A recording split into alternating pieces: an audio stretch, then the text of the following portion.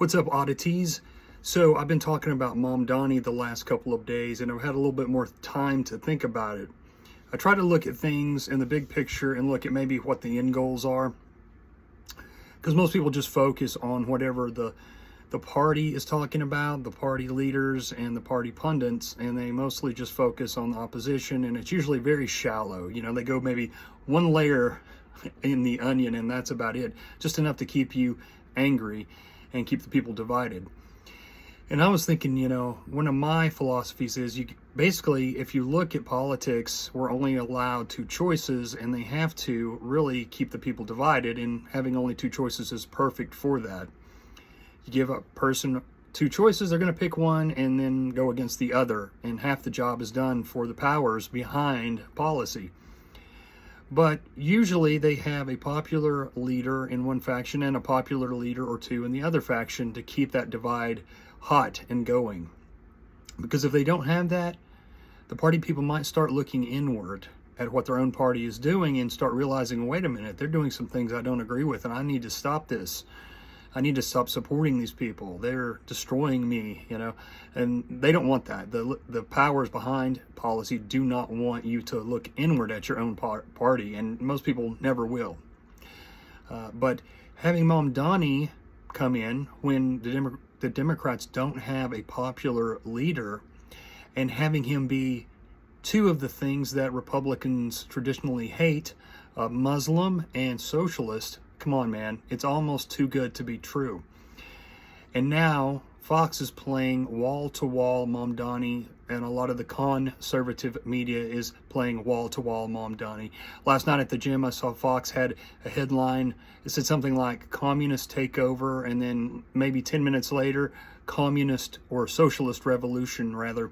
So they're really, really pushing this. And you understand that the opposition media builds up the guy to his own party. They make him popular within his own party. And we see how the lib media did that to Trump. He would have never been as popular if the liberal media hadn't went against him so hard. So there's a symbiotic relationship with the media there and the parties. And Mamdani here coming into play, they're already talking about him running for New York governor. He is there to get support for the Republicans and the Democrats, because that's the way this works. People don't like to think about that because it's not as fun as just simply going after the opposition. You got to think about the psychological warfare involved, and you got to think about how the powers behind policy, the powers behind the thrones, they're worried about money and power. They don't care about your little political parties and factions. They only care about those in the way that they can use them, and they know that us, we the people, love our factions, love tribalism. We can't resist it. We can't resist, going after the opposition. We look at it as a sport because we're kind of brainwashed by sports from the time we can even hear or see. So all of this plays a big role, and I think that he is there, Mamdani, to be that popular opposition leader for the Democrats, so he and Trump or he and J.D. Vance can play off of each other for a long time, several years to come. Now, I want to talk about white nationalism, and I have some friends who are convinced that the Fourth Reich is coming, and I understand that, and I respect that. I've read this book, I understand. I've also read a couple other books that are somewhat connected to that, and this one is Dennis L. Cuddy's book here, and that one, it goes into detail and shows that basically America, the United States government, helped the Nazis get away to Argentina and places like that after the war. A lot of people are pretty familiar with that now, though. Another good book is this one here, The Germans in Opposition to Hitler, or The German Opposition to Hitler, excuse me. And another good book you can look up is Germany Must Perish. The rabbis back in the day said that Germania was Amalek. And if you look at how they handled Germany after World War II and just let the Russians go in and decimate it, it's pretty unbelievable. And the thing that they did financially with the World Bank and the IMF and all those kinds of things, and the Bank for International Settlements, it's what they do to all these countries once they're overthrown, they say, we'll build it back at a cost. And of course, the leaders that have been handpicked by the Western elites to run the country then will say, yeah, please, please give us the loans that they can never pay back because they're too expensive. So then these elitists who are from the West or globalist in nature, they rule basically these countries.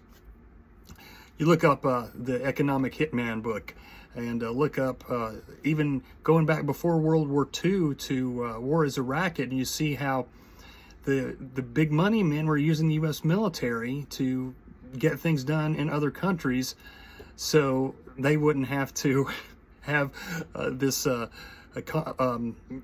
not opposition, but they wouldn't have to have this competition because they hate competition. You know, somebody said that Rockefeller once said, David Rockefeller, that he hated competition. I don't know if that's true, but you know that they do hate competition.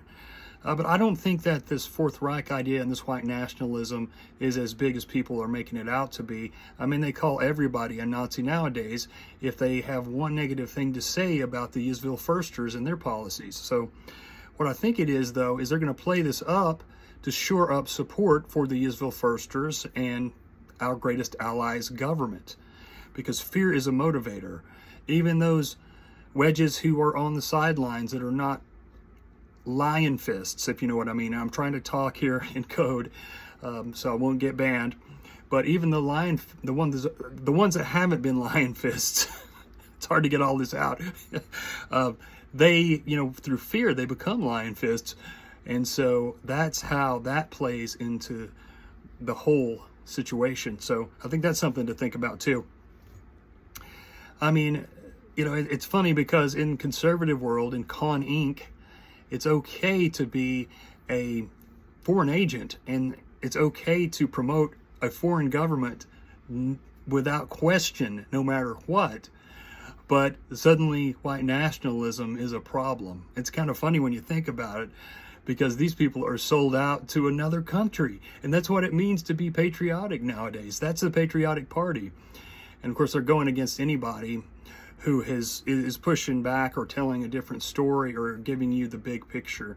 And those people are just horrible. Those people are anti this, and the race card's pulled out and used against you at every step of the way. You know, it's like the right has become the left in many ways with their censorship and their cancel culture and all that stuff. So, but again, people don't realize it, you know, because they stay focused on the opposition. They don't look inward at their own party. So anyway, sorry I got tongue-tied there. But anyway, I hope this helps, and I hope it helps you to kind of maybe consider what's really going on and look at the big picture.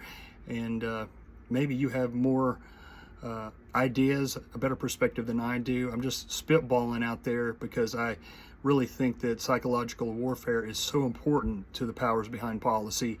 And, you know, it goes back to probably ancient times, pitting one group against each other and having popular leaders in either group.